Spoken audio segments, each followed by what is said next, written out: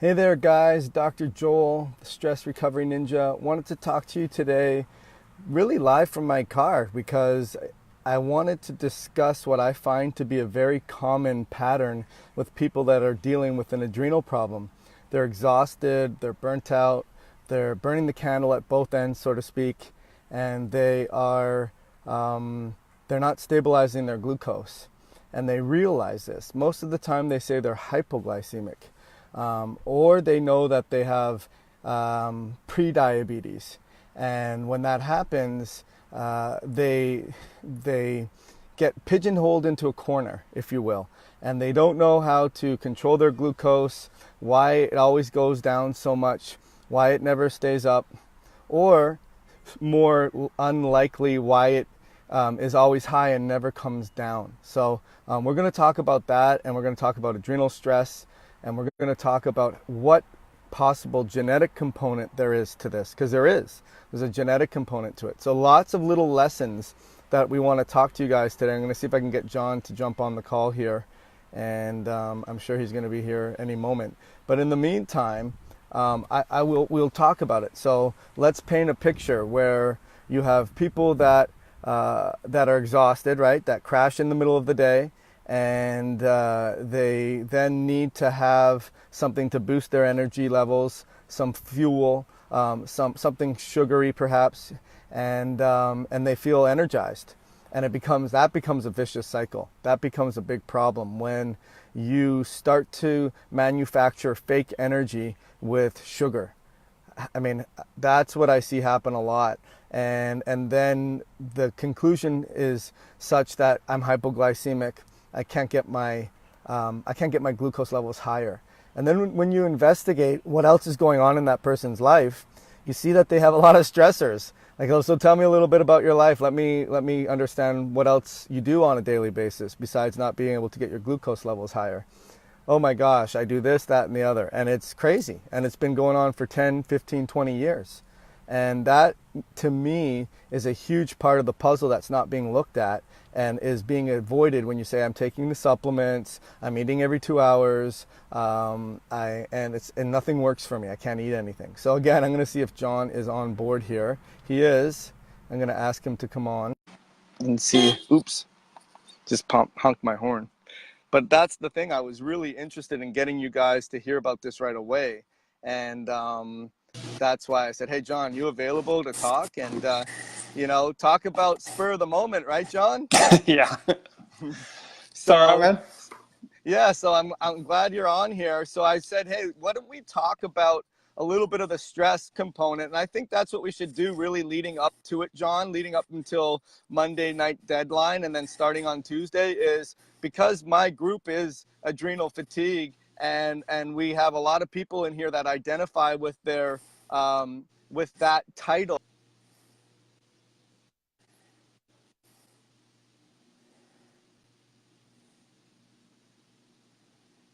What I wanted to do is, hey, do you want to talk about the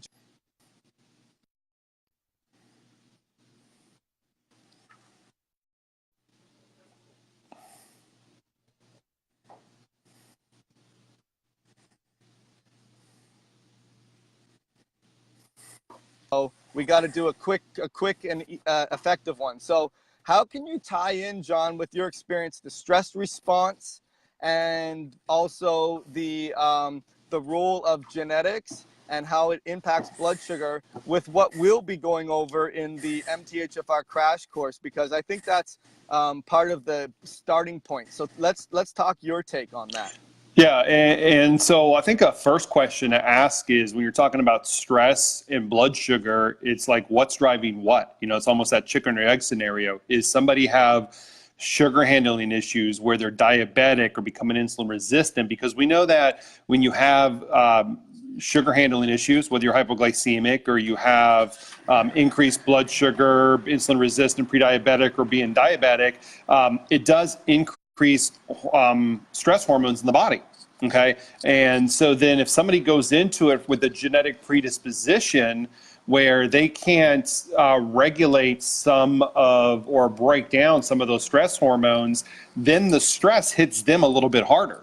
And so if like, you know, like I see a lot of patients, female patients that are hypoglycemic, and they are going to tend to have more of a increased stress response due to the hypoglycemia. And if they have underlying genetic factors, whether it be like angiotensin converting enzyme genetic variants, or they have, you know, some of these things we've talked about previously that deal with breakdown of adrenaline like MAOA, or they have GAD gene variants where they can't make enough calming chemicals to balance that out, the stress response is going to hit them harder. And that's, I think, where the problem lies. And so there's foundational things in terms of regulating, you know, blood sugar that's key. But the thing is if you lose control of that one day to the next and you have some of these genetic factors, that stress response hits you so much harder. Yeah, and I mean, lots of good points in there. And the thing that I see happen a lot, John, is that hypoglycemic component where when stress has been ongoing for so long. Oh, got a little visitor. Yeah, she was pawing at me. I had to pick her up. Sorry. All right. No, that's good. So when stress has been prolonged for so long and the genetics have been there right from day one for that person, then chances are the hypoglycemic tendency is different between the physiological reality. So that's what I try to teach people in just what we're doing with glucose monitoring.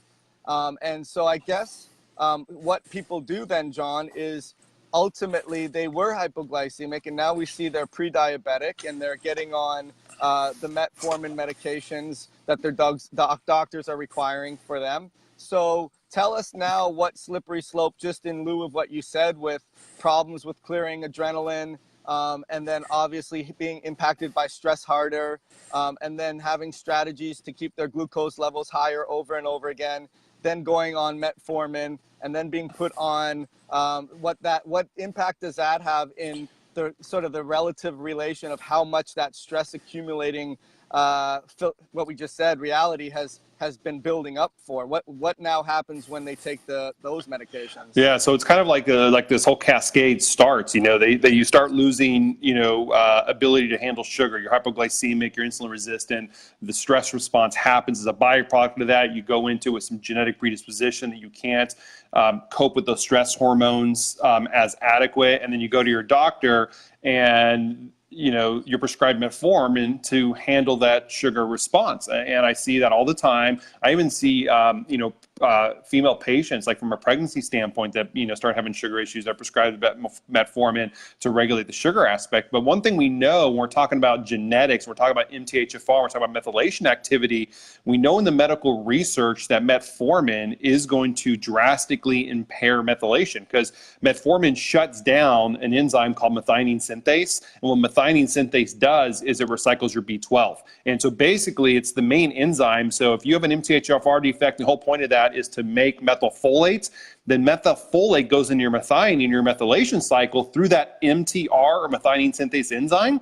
And if you are on metformin, that metformin is going to shut or slow down the ability of that enzyme to take methylfolate and recycle your B12 to be able to detox. So it's kind of like this vicious cycle that somebody has has sugar handling issues, increased stress response. They can't deal with the stress aspect. They get put metformin because they realize, okay, there is a sugar component and that's going to be kind of the answer to everything.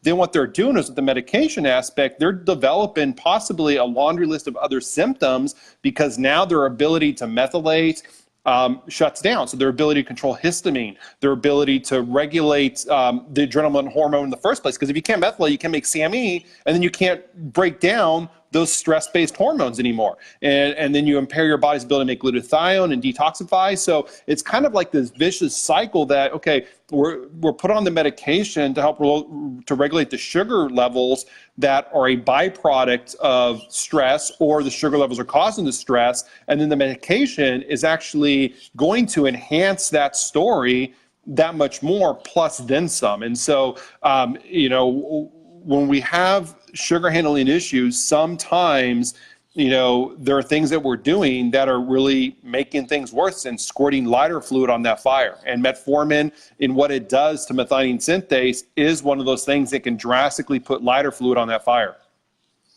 Yeah, it just brings up the idea of the MTHFR crash course. I really feel if we were to name it again is live right for your genetic type, right? I mean, Right. that's what we would call it. But at the end of the day, it's called the MTHFR crash course because I believe that there's dominoes that fall in different directions that does involve a relationship, a base common denominator in what we're teaching is that there's an MTHFR component.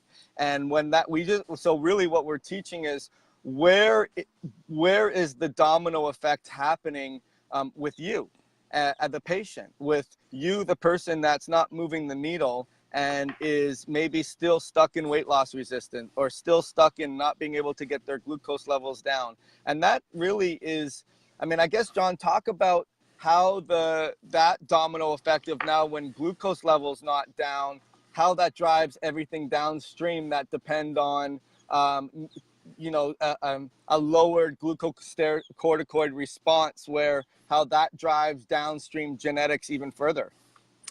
Well, yeah, the thing is like there's such a delicate balance and there's such a sensitivity in terms of how the body, from a blood sugar standpoint, where things get too high, get too low. And when you're talking about like a sugar handling response, it's really kind of a cyclical or a feedback kind of, basis where, sometimes, like day in, day out, if you lose handle of the sugar response, it can really kind of blow things up for days beyond that. Because the thing is when you're talking about like what sugar or the inability to control sugar does from the stress hormone side of it, that's really kind of like the thing that drives the symptoms that people experience through this. And when you're talking about like MTHFR and how that plays into it, it's a huge factor. But then you realize real quickly that there's other genetic components besides MTHFR that are really responsible for the handling of the stress hormones of that stress response. And so, that's something we talk about in the MTHFR crash course, that, like you said, it should have renamed it because it's not MTHFR. It's like how all these things interact together and play off one another. And sometimes if you have one thing that falls, out of whack and you go into with a genetic predisposition in certain components along the way, it's like everything tends to fall apart and you can't get your ducks back in a row. Yeah, it really does. I mean, in general, with that particular methionine synthase being shut down, you can drive obviously homocysteine and be at risk more for cardiovascular concerns. And then, like you said, depleting your glutathione with oxidized B12, and then that sort of slows down the entire, cycle, like you've said. But that's the more specific fall off. But the more general one is as it relates to blood sugar, is stress and immune system activation. All of those things impact your biochemistry for your genetics to be running at full cylinders, on all cylinders, so that it doesn't end up, I guess, sort of breaking being the straw that breaks the proverbial camel's back. Right. And that's what we're teaching, is figuring out where is that disconnect? Where did that domino start the fall? And where can we help you and support you in putting that domino piece back up? So that's what I wanted to talk about. Any other really cool genetic, nerdy, geek out kind of stuff in terms of how the genetics are related in other ways as it relates to what we've talked about, but maybe that's something we haven't, like glucose and stress response and neurotransmitters and medications and so forth? Any other things that you see, John? Well, one of my biggest kind of things in this whole genetic stuff is histamine and mast cell. And so when you're talking about like the sugar regulation, driving increased stress hormones, that in itself is going to drive mTOR activation. All right. And then in turn, basically what it does is it drives inflammation. Okay. And so really all these things we talked about in terms of like depleting glutathione and shutting down methylation activity, it all goes back to inflammation at some level. And then what that inflammation does is it stimulates mast cell activation. And so if you have that, that activation where your body's dumping histamine or copious amounts of histamine into the system and your methylation levels are impaired, now you can't clear down that histamine. You kind of get this vicious cycle of continued inflammation, continued mast cell activation, more inflammation, more mast cell activation, and it's basically the body has just kind of lost control. And that's where sometimes, somebody goes into it where it's like they're hypoglycemic and they do the things to address that. It doesn't work. They're diagnosed with adrenal fatigue. They do the things to address that. It's not working because there's some bigger components that are kind of feeding off one another. And so when we're talking about the genetic aspect with this, yes, MTHFR is important. Yes, there's things like metformin that shuts down or slows down, B12 and methylation activity. But the thing is, big picture standpoint, what are some of the big factors that can manifest that when you lose your ability to handle sugar and you get that increased stress response? There are certain mechanisms in the body that can kind of feed forward that are really, really damaging. And once those things kind of start and set off, it is a huge uphill battle to get control back over those. And especially if somebody has some of the genetic factors that they're a little bit weaker in the ability to control histamine, or in the ability to regulate mast cells, it's like it really creates that perfect storm. And those are the people that have a really, really uphill battle in terms of regaining energy and regaining control of that stress response that's really affecting them hard every single day. It's scary, John. I mean, we're talking about serious chronic illness that we're seeing at alarming rates. We're talking about more ALS. We're talking about Parkinson's. We're talking about really early onset Alzheimer's. I mean, and cardiovascular diseases and strokes. I mean, we're playing for keeps here when we're talking about this kind of stuff. So you're right. It really does need to have a revolutionary impact on all levels of the healthcare system, right from the patient up into the doctor and the alternative model, so that we can redefine how the body and what we know about it can be enhanced and optimized. So, John, there's a question here. It says, Lorna has here, the first endo I saw prescribed me metformin. My glucose level was normal, but my TP.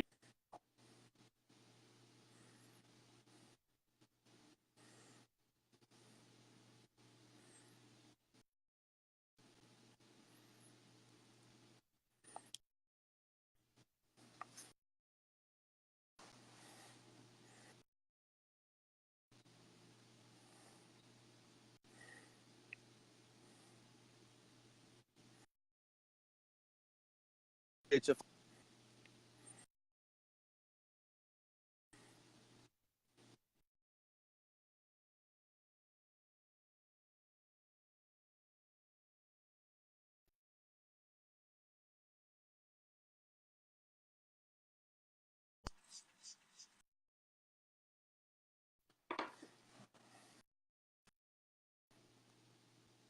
can hear me. You're freezing and breaking up.